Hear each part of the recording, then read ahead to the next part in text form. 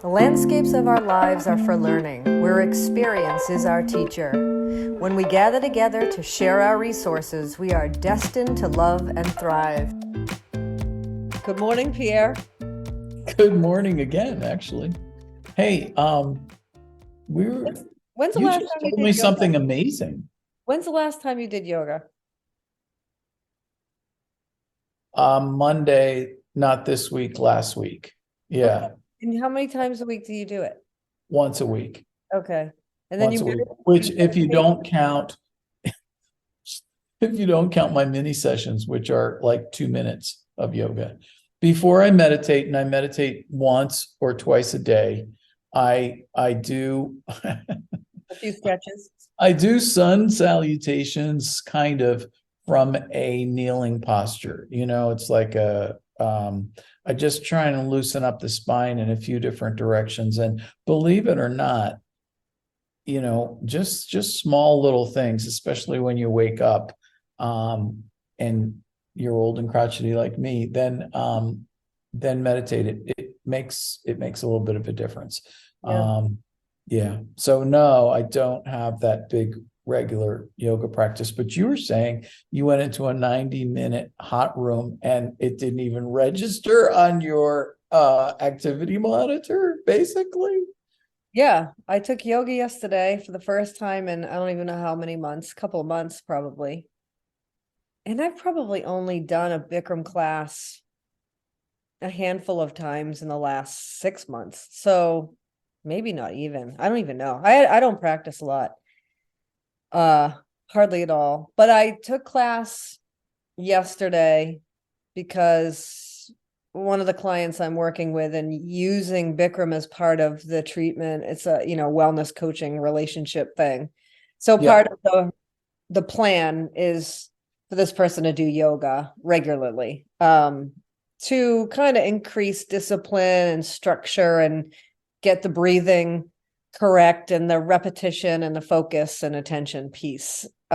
Basically teaching her mindfulness. So I thought I usually meet her after she takes class and then we talk about how her class was or whatever. So I thought, okay, I'll take class with her, Yeah.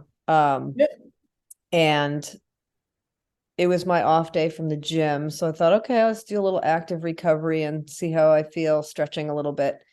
But anyways, yeah, I got out of class and I was thinking on my Whoop, it would show, okay, process the activity and name it yoga and see what my heart rate was and all that. And, and nothing was there. And I was like, oh, maybe it was too wet. Like it got wet and it didn't rain. But then I looked at my stress monitor and it showed that I had some higher stress. It went up from 2 to 3 during the 90 minutes and then back down again. So I was like, okay, like it registered, but my heart rate never really got elevated. I remember my heart beating in triangle pose. Hey, And that's it.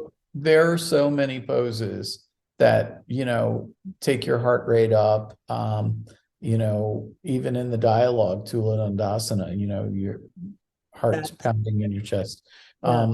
But Yeah, but no, mine that's wasn't. amazing. That is amazing. Bouncing stick. Like I just realized how much I've improved my physical strength through CrossFit and strength training and aerobic conditioning.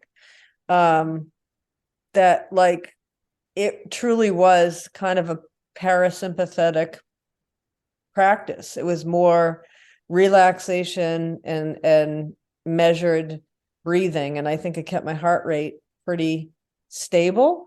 And I said triangle, I remember my heart rate increasing and my heart beating more in between after the first posture of triangle, which is the pinnacle of the standing series, right? Is when you're supposed to cardiovascular portion of the series where your heart rate's supposed to get All up, the you're supposed to be muscles. Yeah. working hard, right? And like I had zero problem breathing. I was breathing like in and out of my nose, and I had like so much more stability in my core and my legs. So That's I wonderful, Maureen. put my I head to think my knee and people, standing head to knee, like what? yeah. I think people who have been to, hot yoga classes and things like that will be amazed, as I am, with your story. But it's also a testimony to how, this human body machine works. It works over time. You've gotten better through the CrossFit and by doing different things. You can't just go down one rabbit hole and expect it all to, as an example, I think if you did Bikram yoga, or hot yoga the whole time, you might not have had quite that response, but because you did something else and you got your aerobics and you got your strength, then you cruise into this class and your Whoop monitor, it's like, yeah, well, we're just Thanks, I'm cooking, just, cooking yeah, some, eggs and potatoes. yeah. Yeah, no, it was, I think because before, when all I was doing was Bikram yoga and walking my dog, yeah, it was always more challenging. But it just goes to show you that when you increase your strength and stability, that really is the way to increase your flexibility too. But I've never really, as we've talked about before, I've never thought about Bikram yoga as a fitnessy thing. It's more of a moving meditation, which is exactly what my intention was. That's how I relate to it. That's what I think of it. My Isn't intention that great was that to go for a have, moving meditation and a relaxing, kind of unwinding, active isn't that, recovery piece. So yeah, isn't that great that you have experienced a moving meditation, breathing through your nose, just cruising through it in the, relaxation mode, as opposed to, the yeah, effort. I didn't get super stressed. I mean, we're always at some level of stress, but yeah, I just think aerobically, like my heart rate just didn't go up, and it just tells me like, yeah, I mean, I know my conditioning is better. Um, and I think the variation of CrossFit is really good, like functional fitness. It's just really good. And I think the strength training is great for bone density, especially going through menopause and losing estrogen. Like it's so good for so many reasons. But yeah, no, and I thought to myself, and I was talking to Rob about this, like I know a lot of the teachers, many teachers are really good at, teaching people like the details of the physical hatha postures and having posture clinics and talking about the body and how what's happening and how to align and all of that Mhm. stuff. I've never really thought about yoga as, or tried to be quote unquote good at yoga in that sense. Like, yeah, obviously I want to do it correctly and be in alignment and so forth. Just like any movement, I do the same at CrossFit. I want to move well and move correctly. But I've just always thought like I'm more about the mind and the connection of the mind to the body Mhm. and the orientation to the present moment and to being here now, like the presence piece of the Right. mindfulness piece. And I think that's the kind of yoga teacher I want to continue to be, which is Sure. probably why I don't necessarily like I'm doing that outside the hot room in my practice and in my own life every day and like trying to teach mindfulness and the yoga, that mental part of it and its connection to the body all the time. Like I still feel like I'm teaching yoga, but I'm Oh, just not teaching in the well, hot room those 26 poses. Do you know what I mean? I do. I think that's very insightful. Bikram used to say yoga. Oh, everything is yoga. And you have this outlet for the the mind body. It's our podcast really. And makes sense to me. We started with the yoga, and that led us down this path. And now there's just so many more branches and roads to Applications and go down this path. And as we get into it, with some amount of learning and whatnot, and able to teach. Yeah. Do you miss You teaching? have to be in the hot room to teach that. You can Yeah. be places, you know. Yeah, yeah. And I'm thinking about I talked to somebody who called me and wanted me to kind of put together some sort of a yoga-ish stress reduction community group, like basically for a group of older women to be embodied, have an embodied experience of like moving their bodies and connecting and breathing well for stress reduction and just for joy and Right. do it together as a relaxation thing. And I'm like, yeah, I can do that. That sounds nice, Maureen. And I was just reflecting, there's so many areas in my life now that are involved with mind, body, spirit worlds and Yeah. experiences that I'm liking yoga less Yeah, because the so much. practice of the hatha yoga, you mean? Yeah, Well, if I practiced it, I would like it. That's fine. But I mean, the yoga classes and being drawn to it. yeah, When I that's what was I mean. drawn to it, it was the one place in my life that was, fulfilling this mind body connection and alleviating a lot of stress from work and raising children and marriage and everything. Yeah. Now, um, you know, I have so many outlets in those areas, so many roads that I'm traveling. And the yoga road, again, not talking about my own practice, which I could be doing more of, but just talking to people and hearing their interest in yoga and seeing yoga classes, they're so flat. They just don't go into the spiritual realm. And I just like, I don't really need to do a sun salutation, unless I'm Or doing another exercise class, like, because another exercise class. No, I'm running around doing that anyway. So, and a sun salutation without the breath timing and the whole integrative spiritual, I mean, title of the sequence, I mean, it's like a jumping jack routine in some yoga class. It's just, and now we're going to hop to this. Like, I'm not hopping to anything. I'm going to step up and I'm going to take a breath. And oh, you guys have left me like three like positions, not three, but yeah, two yeah, positions behind. Like, I'm not going to flow like yeah, instantly into this next posture. I'm going to stay here. I'm going to stretch, and I'll catch up to you all. You yeah. know. Well, Anyway, yeah, maybe like our relationship, it's interesting, and thanks for bringing it up, how like what your relationship with yoga was and how Bikram yoga, that class, served you and what you learned from that and that experience at that time of your life. And I think same with me, like it's not run it, you could say it's run its course, but it served not a really. purpose at one time, and now like we continue to evolve and life changes and different stages, and like you say, you have other outlets, and you've kind of taken the yoga beyond just the Bikram classes and the hot room thing.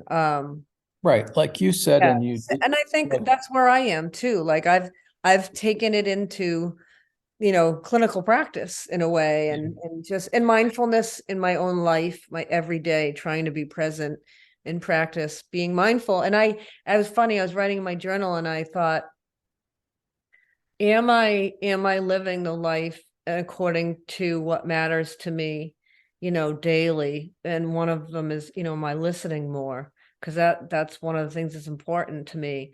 And the answer is yes. And then I was like, am I still being mindful and living mindfully, like without the yoga, without how it used to be for me with the 5 times a week reminder and the alignment and doing that class. And I think I am. And then when I went and took the class, I was, yeah, like I was there, man, like totally. And I was like, okay, but it took 8 years of, or over, shouldn't say it took 8 years, over the course of 8 years, or I would say maybe 6 years of, or 8 years of continuous practice, 6 years of teaching. It's become me, right? It Integrated. is Yeah. automatic. Like the mindfulness now for me is actually habitual and an automatic process, which I realized when I was thinking about it yesterday and writing about it. I was like, wow, like, yeah, it's who I am. It has become me. Yeah. And Yeah. as you said, and then, kind of didn't say, flipping it over, continuing the practice and running its course. It hasn't run its course. The course is continuous and in front of us as long as we, you know, probe its depths by, integrating and challenging ourselves. And there are many levels at which it can evolve to do that. So Yeah, I there's guess the different deepening ways. of a practice, right? It's just evolved into a different or a new thing or the next thing. It's deepened. And, I think of that word deepen. We were talking in the last podcast about that existentialist, humanistic therapist guy. And depth, Kirk's here. depth psychology, right? Is like that kind of inner work and, discovery and inner adventure of the depths of like who we are, right? Like in the layers. And it's kind of cool to think, I think yoga, finding that practice, I guess got me on that path. And through it Sure. somehow I've gone, you know, deeper into like my being. And then you find out you're just part of greater being, right? It's not, you find out it's not just, oh, me and my little ego and, you know, the way I see the world, but you're part of something way bigger, which that to me is the transcendent spiritual part. Yeah, definitely.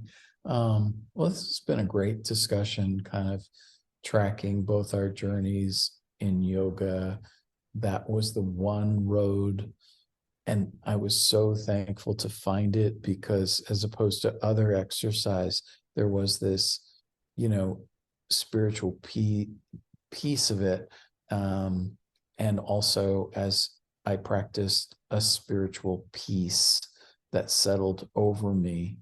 The moment that I walked out of the yoga studio, and instead of being annoyed at feeding the birds, I thought to myself, oh, they're hungry for breakfast like I am. And this empathy that happened, and it was so different than, if you become a cyclist, you can find your way to those long distance runners, find their way to, that kind of peace. But as part of the practice and part of the bigger spiritual tradition that is yoga, Yeah, was connection the and one union. road I was walking down, and now there are many, and they didn't all develop from yoga, Bible study and other stuff, but Yeah. they I can lean on other places to get some of that good sauce. Yeah, they could be, yeah, more than one channel or path or whatever. It's funny, you saying that just reminded me of a little meme I saw yesterday on Instagram. I don't even know if I sent it to you, but it was about Yeah. Western spirituality and Eastern. And like it was interesting. It was a little cartoony. Oh, I saw it. The And it one was is up, like, top down and bottom up. yeah, I thought that was clever. And I Yeah, don't very know if clever. it's true or if it's accurate or whatever, but like it was interesting to think about. Yeah, it Thought said of that you. it said that there's only two kinds of religion. And it went on to say that, one religion looks up at the stars and the universe and, God in the heavens and realizes, we are little and, we're with others. And then the other one, the Eastern, you sit in one place and you contemplate something very, Grounded. very, Yeah. Yeah. very focused, and you realize the same, essentially the same thing. Yeah. We were talking before about the Hubble telescope and how its view of multiple galaxies is exploding the Big Bang theory, that we live in a single universe. There may be many universes, and or what, I don't even know if that's accurately spoken, because the universe was dubbed, the universe, the word, I guess, means everything, but what our knowledge of everything is now exploded to, by this Hubble telescope. And it just reminds me, there's the believe in science thing. It just never resonated with me because, basically it's a political, tool, to push people in a certain direction or label them in a certain side of an issue. But science is such an interesting discipline of, questioning and trying on, theoretical models and then testing them against what it is. And even as we know that they test out well, does it mean that they're, absolutely what it is? Yeah. Well, it's always, isn't science like prove it wrong, like prove it wrong, keep trying to prove it wrong, prove it wrong, prove it wrong, like, and Hubble telescope. I mean, proving Yeah, proving the next thing wrong, like, right? It's yes, yeah. yes. And No assumption of certain conclusions in science, right? It's just questions and hammer away at a hypothesis. Like that's the only way we get anywhere, right? Is like just propose hypotheses and just like I'm gonna come back. think it wrong. I'm gonna come back to yoga and the spiritual thing, maybe, and kind of wind up this discussion. One of the things that's become more cutting edge and in physics and trying to understand the universe is what we don't know. And I guess that would be this question of dark matter. There's matter that is the preponderance of the universe that we don't really see or know. And then there's also space, and I'm really not talking about Outer space. outer space, right? I'm talking about inner space. So our bodies, we think of them as solid objects, the earth, the lead core to the earth, we think of them as solid objects, but quarks and other particles, if they can be called that, you just pass right through, no problem. And the whole concept of an electron as and an atom, as we were taught it with the nucleus and then this thing floating around, that looks round and everything. No, it's actually some sort of vibrating energy field more than it is a round circle going in orbit. We think of the atom sort of like a miniature universe kind of thing. It's just not that at all.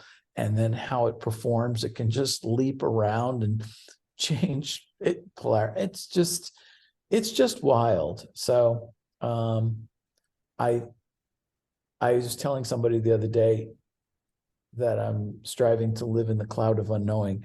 And by the way, that will be our next podcast. And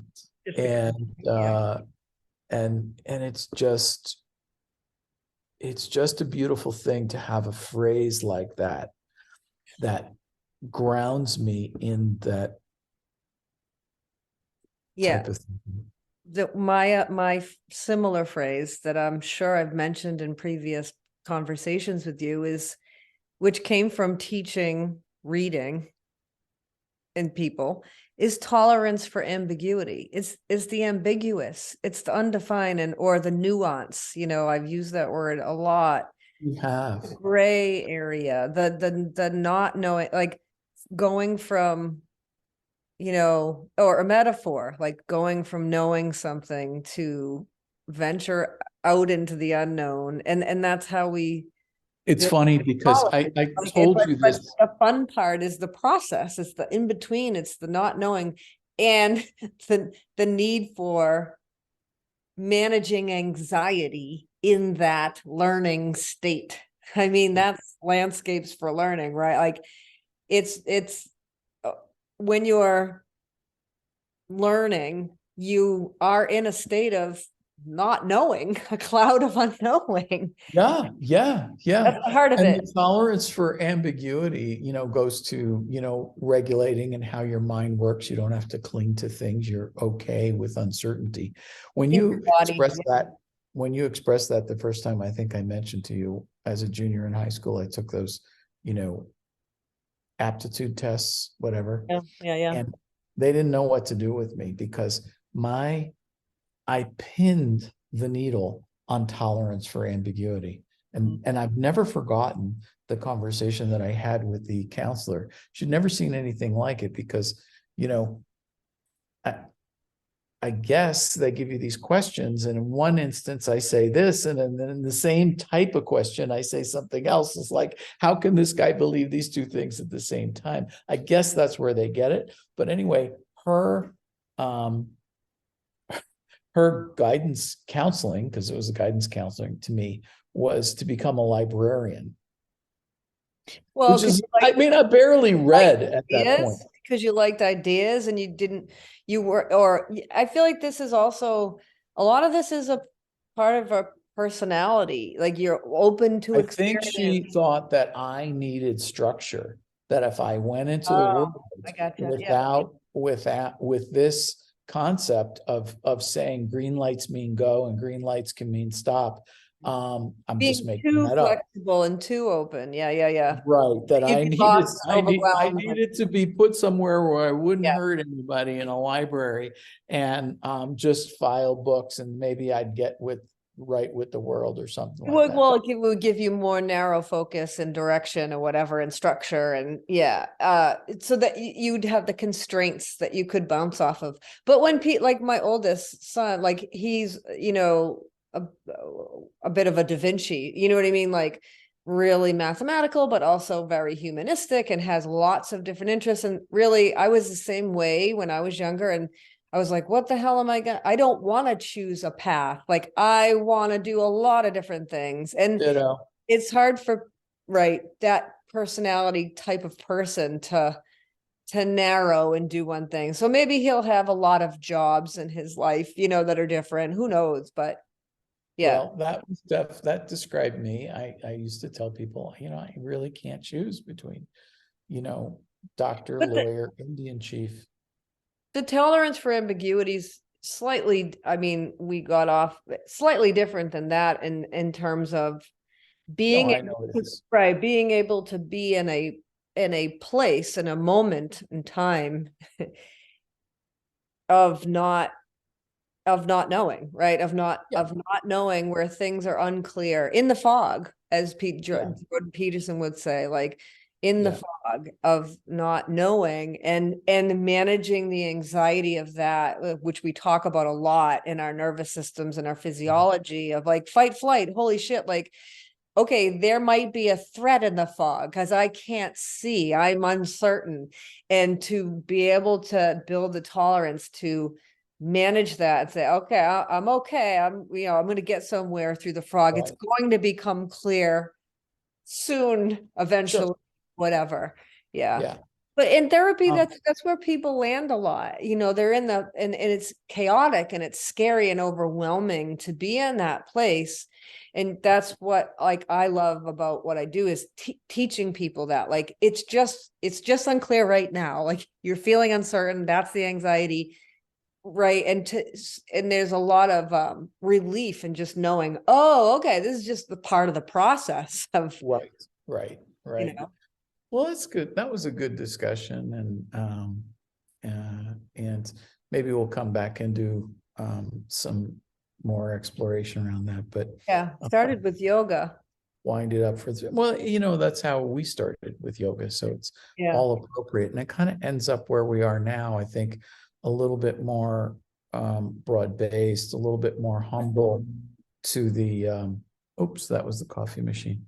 A little bit more humble to the idea that there's big world out there, and you Well, and know that we through the discipline of that practice, physiologically and otherwise, mentally, spiritually, that we can tolerate more, through regulating ourselves through that repetition and maybe and that's what I was talking about, it being kind of intrinsic to us now and almost automatic that we have that tolerance for ambiguity. So that I guess I'm saying, like, just to wrap it up, like, I don't feel drawn to do that practice. I think I got what I needed. And it's nice to have a reminder like I did yesterday in class of like, oh yeah, I remember, but it's Mhm. already me. Like, you know what I mean? Like, yeah, no, that's we do build abilities, and it's nice to see the spiritual part of the building as well, yeah, just able people to regulate. benefit from that physiological alignment and discipline and Yeah. structure, controlling their attention and so forth for regulation, plus the going outside after class and seeing the birds in a new way and seeing them as, the same. Yeah. Right? Yeah. Like, so I cool. mean, that might happen from riding a Peloton, but I don't know. and it took years for that to occur. I don't But think so. I don't think that comes from riding a I Peloton. don't think so either. But well, I am here from Yoga Heals Everywhere, and that doesn't happen on Pelotons, folks. And I'm Maureen, Landscapes for Learning. Learn to live and live to learn. Thanks, Maureen. Enjoyed this conversation. Peace through grace, my friends. Peace through grace.